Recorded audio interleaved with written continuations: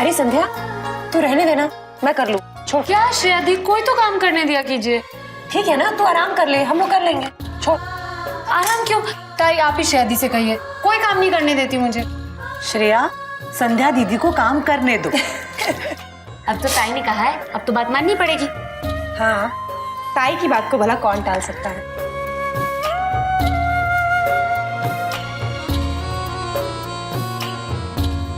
संध्या, तू तो मेरी हर बात मानती है ना? अरे बिल्कुल ताई, ऐसा कभी हुआ है कि आपने कोई बात कही और मैंने नहीं मानी हो? तो मैं जो भी कुछ कहूंगी तुम मान लोगी? अरे आप बोलकर तो देखिए, आप एक बार कहेंगी ना तो इस पूरे घर का काम मैं अकेली कर दूंगी। संध्या, मैं तुमसे घर का काम नहीं करवाना चाहती, बल्कि तुम्हारा घर फिर से बसते हुए देखना चाहती हूँ।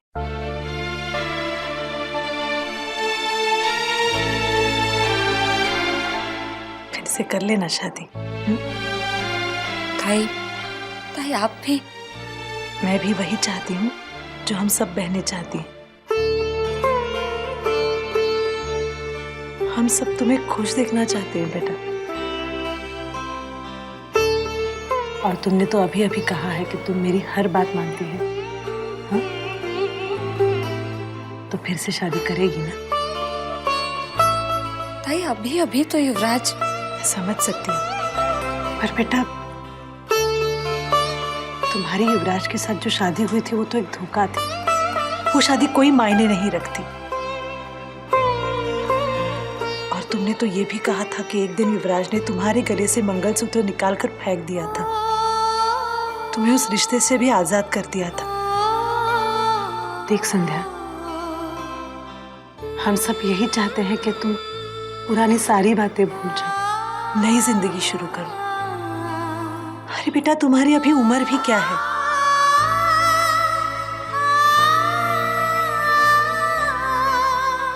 और एक बात कहूं, ये जमाना चाहे कितनी तरक्की क्यों ना कर ले, कितना आगे भी क्यों ना जाए, पर एक औरत अपने पति के बिना अकेली जिंदगी नहीं बिता सकती।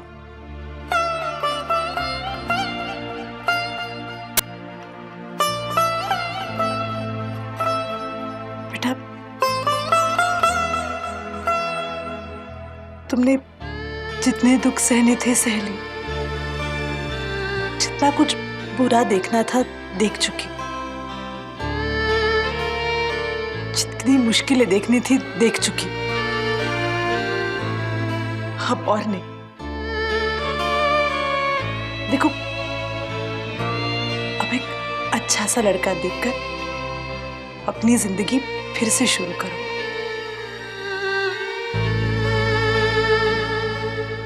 संध्या, अगर बाबा आज जिंदा होते तो वो भी यही चाहते। तुझे तो वो दुनिया में सबसे ज्यादा प्यार करते थे, और तुम भी तो उन्हें सबसे ज्यादा चाहती थी, हाँ?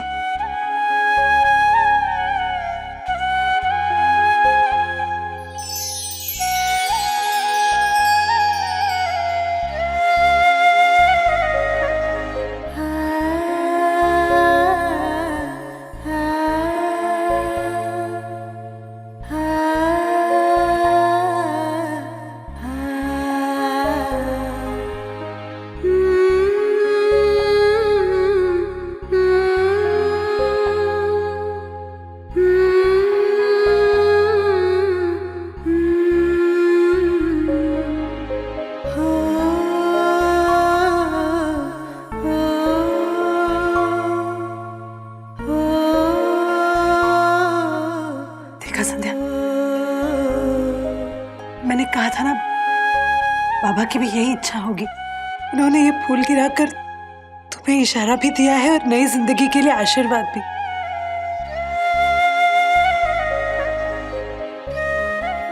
संध्या, तुम्हें क्या लगता है, जागीरदार परिवार के साथ बदला लेने के बाद बाबा की आत्मा को शांति मिली होगी? नहीं संध्या, की आत्मा तब शांत होगी जब वो तुम्हें हंसता खेलता हुआ देखेंगे। अपने आखिरी पलों में उन्होंने तुम्हारा घर उजड़ते हुए देखा है। अब जब वो तुम्हारा हंसता खेलता हुआ घर देखेंगे तब उनको मुक्ति मिलेगी।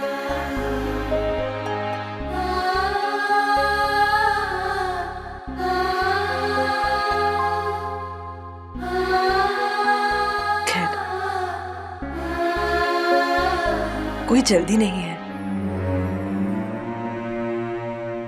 हाँ, मगर ज्यादा देर भी मत करना।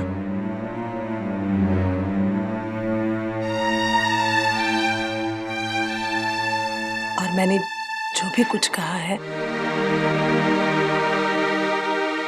वो ठंडे दिमाग से सोचना।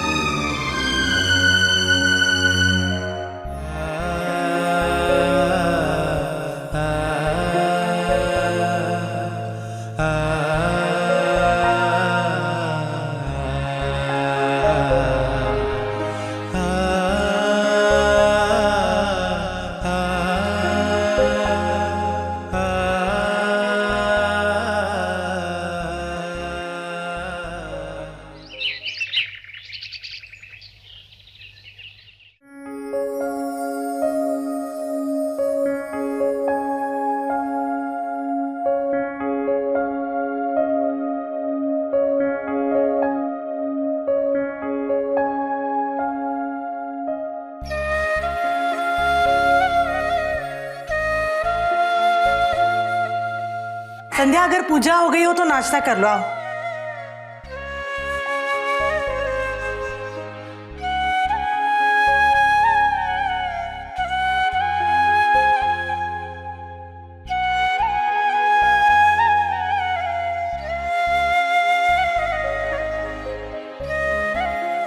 संध्या,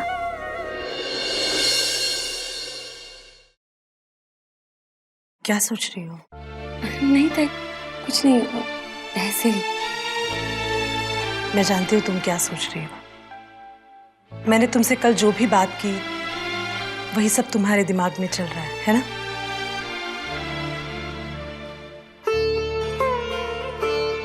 लेकिन संध्या, आज भी मैं तुमसे वही कह रही हूँ, तुम शादी कर लो, अपना घर बसा लो। और ये सिर्फ हमारी नहीं, बाबा की भी यही इच्छा है। तुम्हें खुश देखकर हम सबको बहुत खुशी मिलेगी। भाई, शादी को लेकर मेरी किस्मत कैसी है ये तो हम सब देख चुके। और वैसे भी इतना सब कुछ होने के बाद कौन करेगा मुझसे शादी? और सच कहूं ताई तो मुझे खुद ही अब शादी के नाम से ही डर लगने लगा। और अभी तो मैं अपने अतीत से भी ठीक से उभर नहीं पाई हूँ, फिर से। अरे नहीं संध्या, मैंने ये कब कहा है कि तुम जल्द से जल्द शादी के बारे में सोचना शुरू कर दो। पर हाँ, शादी के बारे में सोचना जरूर। और पहले तो ये बात अपने दिमाग से निकाल दो कि ये पूरी जिंदगी तुम्हें अकेले बितानी होगी। और रहा सवाल तुमसे शादी कौन करेगा, कोई भी अच्छा सा लड़का हंसते हंसते तुमसे शादी करने के लिए तैयार हो जाएगा। संध्या बेटा, तुम्हारे साथ जो भी कुछ हुआ है उसमें तुम्हारी कोई गलती नहीं है, तो तुम्हें अच्छा लड़का क्यों नहीं मिलेगा?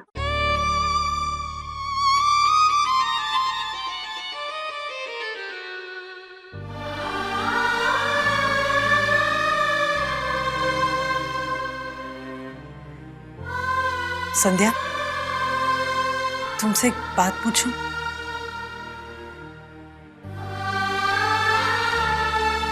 तुमने कहा था ये नीरज पहले से ही तुमसे प्यार करता था।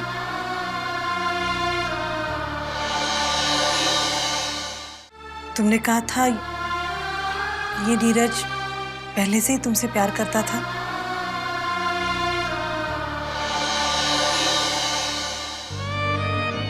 नहीं, ऐसा तुम्ही ने कहा था, इसलिए याद दिला रही थी। जब मैंने कल तुम दोनों को साथ में देखा तो ये बात मेरे दिमाग में आई, इसलिए। ताई प्लीज ऐसा मत सोचिए। हाँ, नीरज मुझे पसंद करता था, लेकिन वो बात मेरी शादी से पहले की है।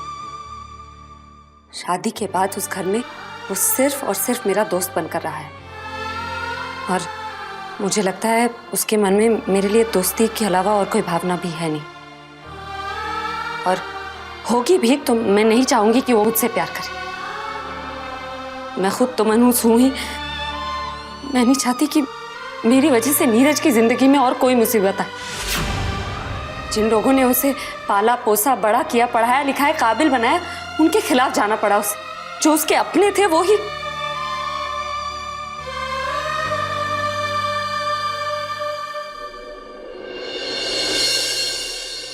संध्या, नीरज अपनों के खिलाफ नहीं, अपनों की गलत नीयत के खिलाफ गया था, और उस सब के लिए तुम अपने आप को जिम्मेदार क्यों समझती हो? मेरे ख्याल से नीरज आज भी तुमसे उतना ही प्यार करता है, और शायद तुम भी। ताई, नाश्ता ठंडा हो रहा होगा, चलिए नाश्ता कर लेते हैं।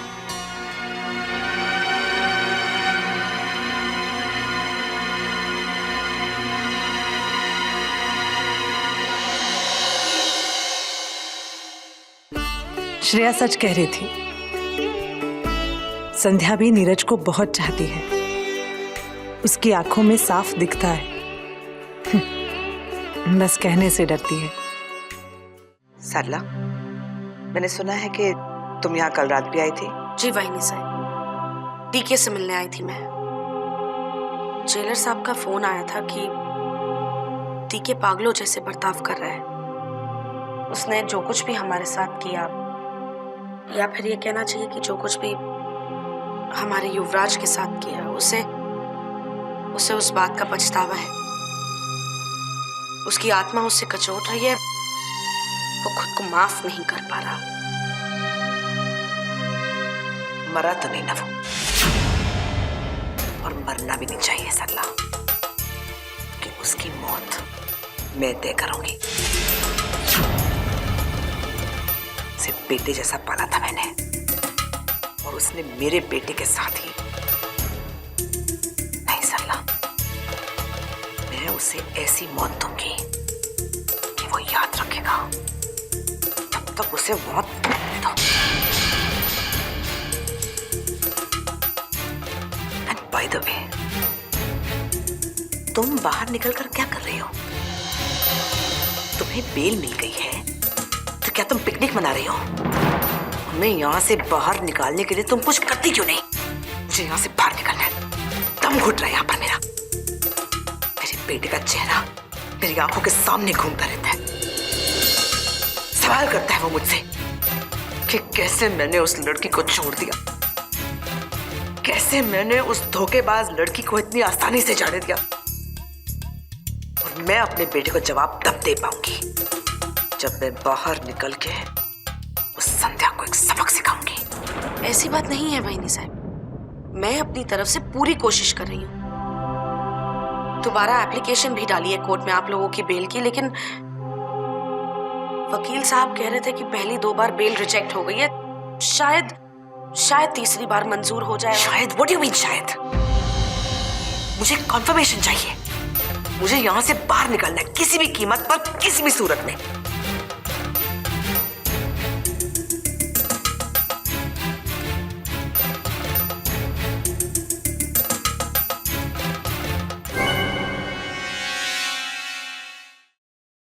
डीके के बारे में क्या कह रही थी?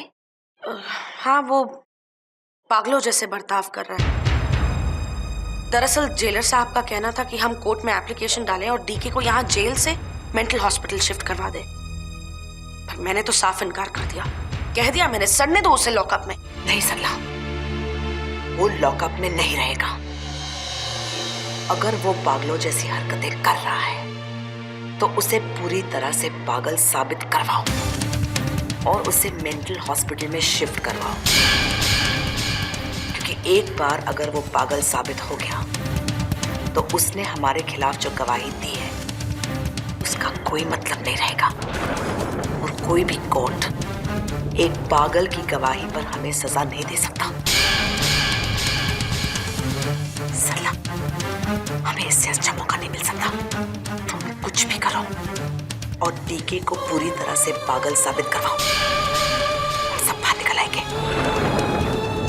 डीके को मेंटल हॉस्पिटल में शिफ्ट करवाने का बंदोबस्त करो तुम।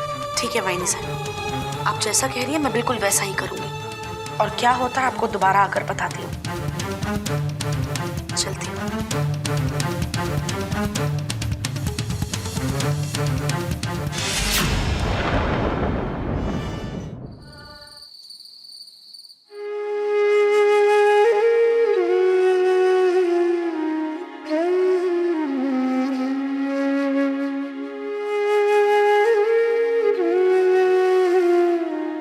मॉम,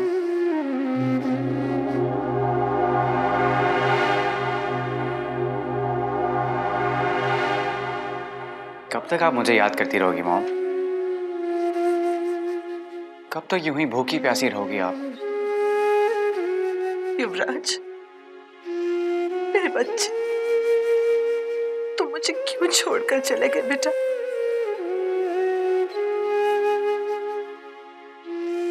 मैं किसी को माफ नहीं करूंगी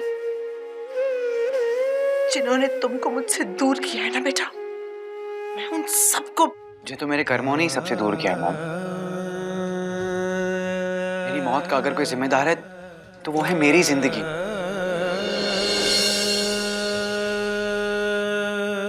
हाँ मॉम, मुझे जिंदगी ऐसी मिली थी जिसमें मैं किसी के लिए कुछ भी अच्छा नहीं कर पाया। मैंने कभी किसी को खुशी नहीं दी। जब भी सोचा अपने बारे में ही सोचा, अपने राज को छुपाने के बारे में सोचा, और उसी कोशिश में मैंने सबका बुरा किया, सबका। मेरी मौत मेरी उसी जिंदगी, मेरे उन्हीं कर्मों का नतीजा है मॉम। इसीलिए मैं आपसे कह रहा हूं, प्लीज हो सके तो अपने दिल से ये बदले की भावना निकाल दो। जिस रास्ते पे हम चलते आए थे वो रास्ता छोड़ दो मॉम, उससे कुछ नहीं मिलेगा, कुछ भी नहीं। प्लीज मॉम, अपने दिल से ये बदला, ये नफरत सब निकाल दो मॉम, प्लीज निकाल दो मॉम, निकाल दो।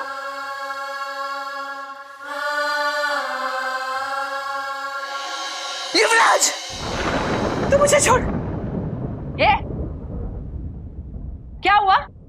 क्यों इतनी चिल्ला रहे हैं यहाँ? चुपचाप सो जा, समझी?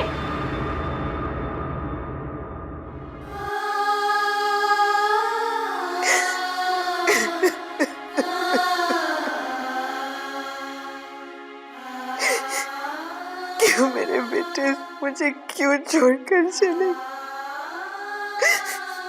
मैं तुम्हारे बिना कैसे जी पाऊंगी बेटा?